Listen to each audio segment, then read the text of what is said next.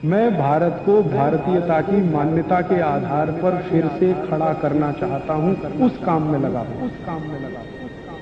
अब आप बोलेंगे इसमें क्या फर्क है? बहुत बड़ा फर्क है। एक तो नमक बनता है समुद्र के पानी से, जिसको आदमी बनाता है, जो आजकल आपके घर में आता है। ये बाजार से जो आप नमक लाते हैं ना, आयोडीन युक्त, ये सब समुद्र के पानी का नमक है।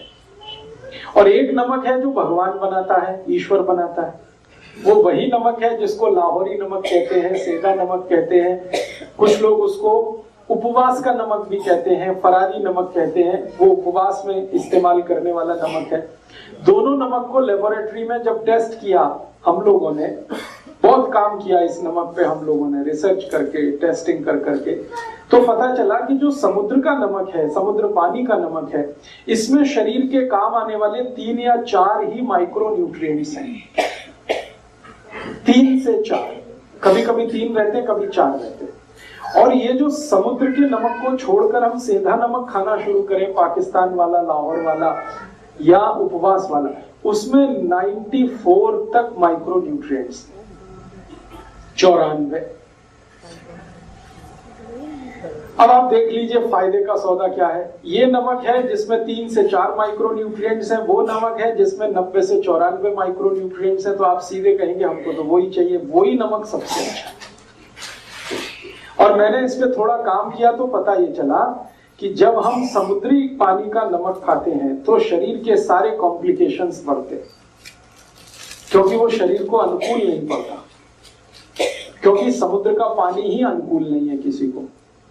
समुद्र के पानी को शुद्ध करने की ताकत तो भगवान और ईश्वर और वाहेगुरु के ही पास है, और किसी के पास नहीं। आदमी तो नहीं कर सकता। ये समुद्र का पानी जब धूप पड़ती है, वेपराइज्ड होता है, बादल में बदलता है, बादल फिर बरसता है, पानी आता है, वो जो साइकिल है वो ईश्वर की, प्रकृति की साइकिल है, हमारी नहीं। वो ही कर सकता, हम नहीं कर पाते। लेबोरेटरी में कितना भी हम शुद्ध करें वो नहीं आ पाता। और दूसरी जानकारी कि सारे नमक समुद्र वाले ब्लड प्रेशर बढ़ाने वाले हैं।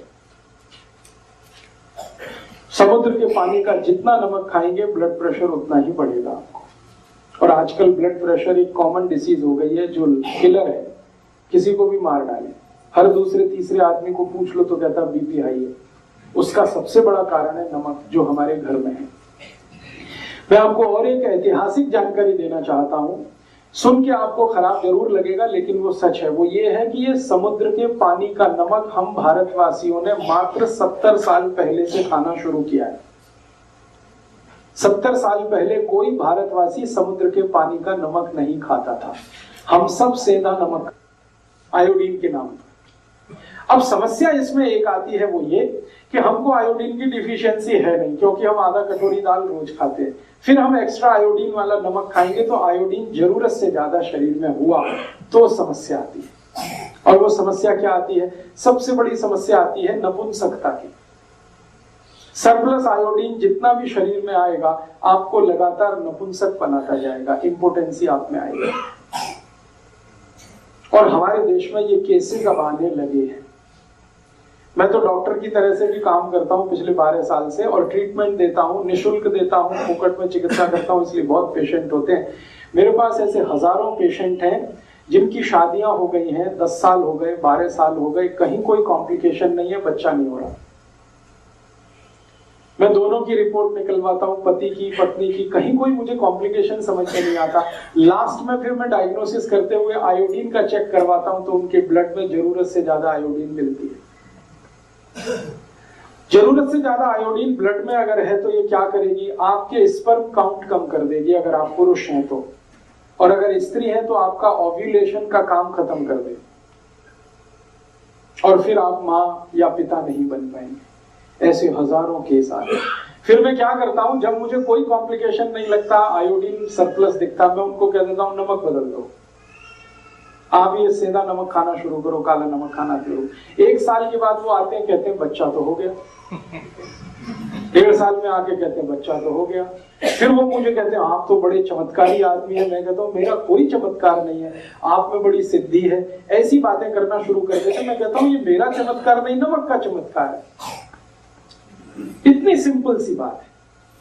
किसी को भी अगर ऐसा लगता है कि उनकी एनर्जी लेवल कम हो रही है, सेक्स पावर कम हो रही है, आप सिंपल इतना ही करो, नमक चेंज कर दो। आप नमक चेंज करते ही आप देखना आप में चेंजेस आएंगे, मिरेकुलस।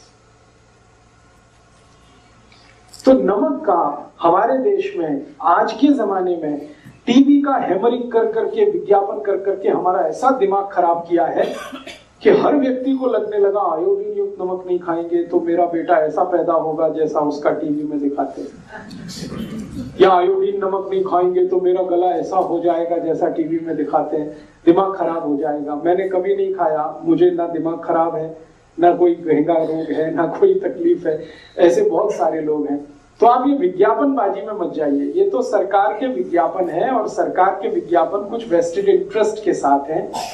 स्वार्थ क्या है इसमें? नमक बनता है समुद्र का 15 पैसे किलो, आप जानते हैं, क्योंकि उसको बनाने में खर्चा कुछ नहीं है। समुद्र का पानी है, मुफ्त का है, सूरज की रोशनी है, वो भी मुफ्त की है, मशीन कोई लगती नहीं।